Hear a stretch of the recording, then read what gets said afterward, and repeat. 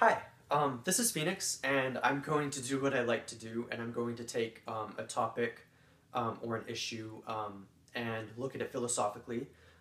The specimen of study today is going to be altruism. Um, and so, what I want to do is I want to attack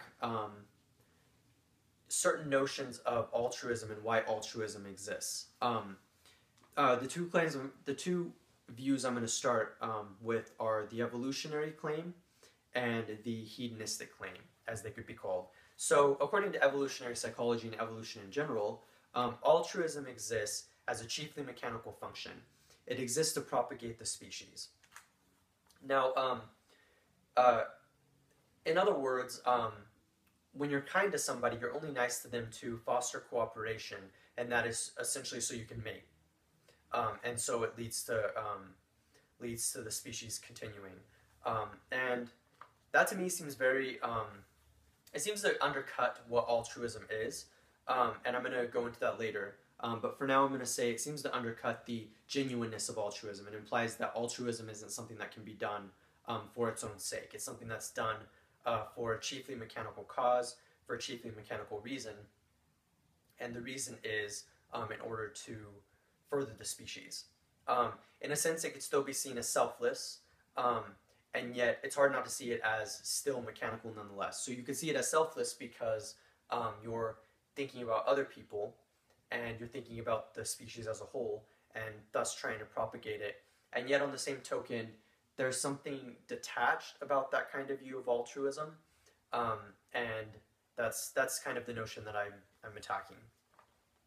Um, another another notion of kindness or an altruism is a hedonistic idea, a hedonistic viewpoint, which is basically the idea that you're nice to people because it feels good. So you're nice because you feel probably a dopamine rush. I'm pretty sure that's the chemical that would lead to such feelings of happiness. It leads to chemicals in the brain firing that make you feel good.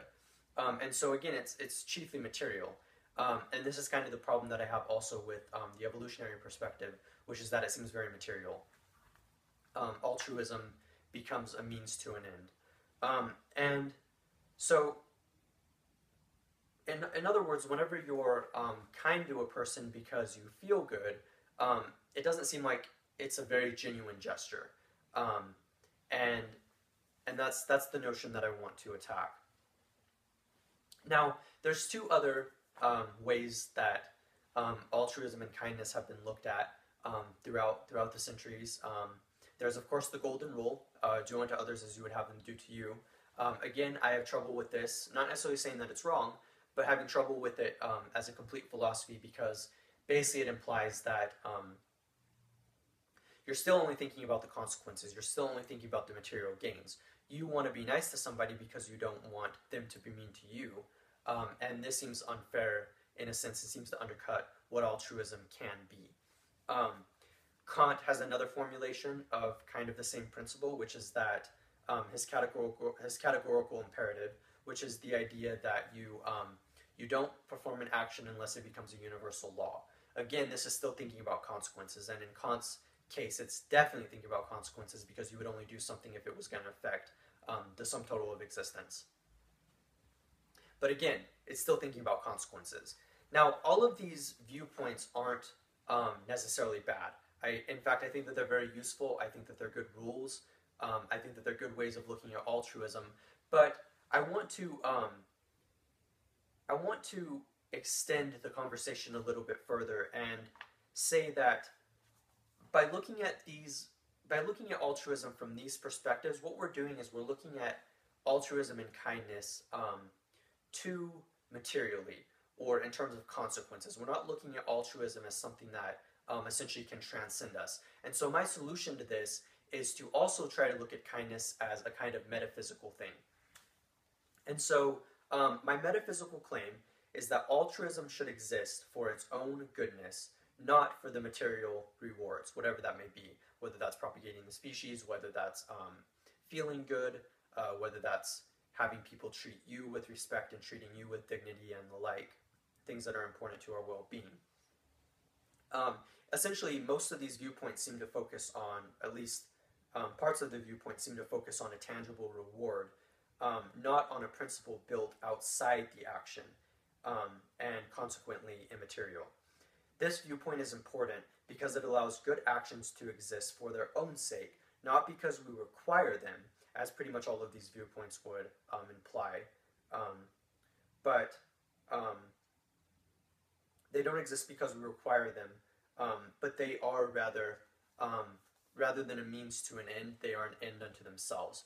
Now, to go back to Kant, while there may still be problems with this categorical imperative, and in that aspect of his moral theory, I think what he really gets right is his idea that things shouldn't be treated as a means to an end, but as an end unto itself. And I like that because it kind of implies the greater scheme of what I'm trying to get at with altruism, which is that altruism should exist on a principle outside of any kind of material or measurable thing.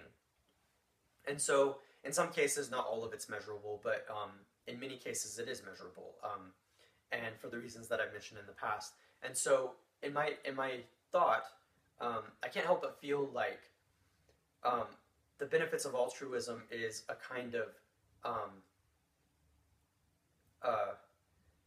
it's a principle. It's an ideal. It's a transcendental concept that basically can transcend us. It can be more than us. And I know this is metaphysical, but the reason why I'm implying this view is for the reasons I mentioned before, and so such as for kindness and the like to not be a means to an end, but to be an end unto itself.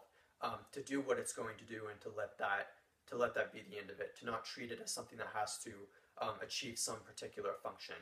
And so to get to my main point, aside from this idea of looking at it metaphysically, essentially I'm feeling like what can be said is that it should indeed exist for its own sake. It shouldn't exist because we want something. It should exist because we feel it's right.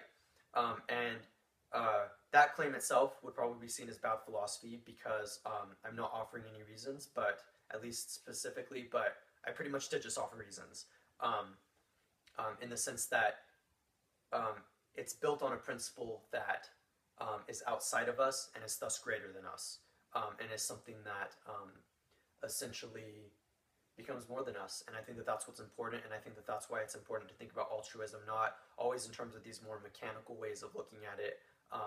So a spike in dopamine, for instance, which makes us feel good, but simply existing for its own sake. This is Phoenix, and that's about all I've got. And yeah, thank you.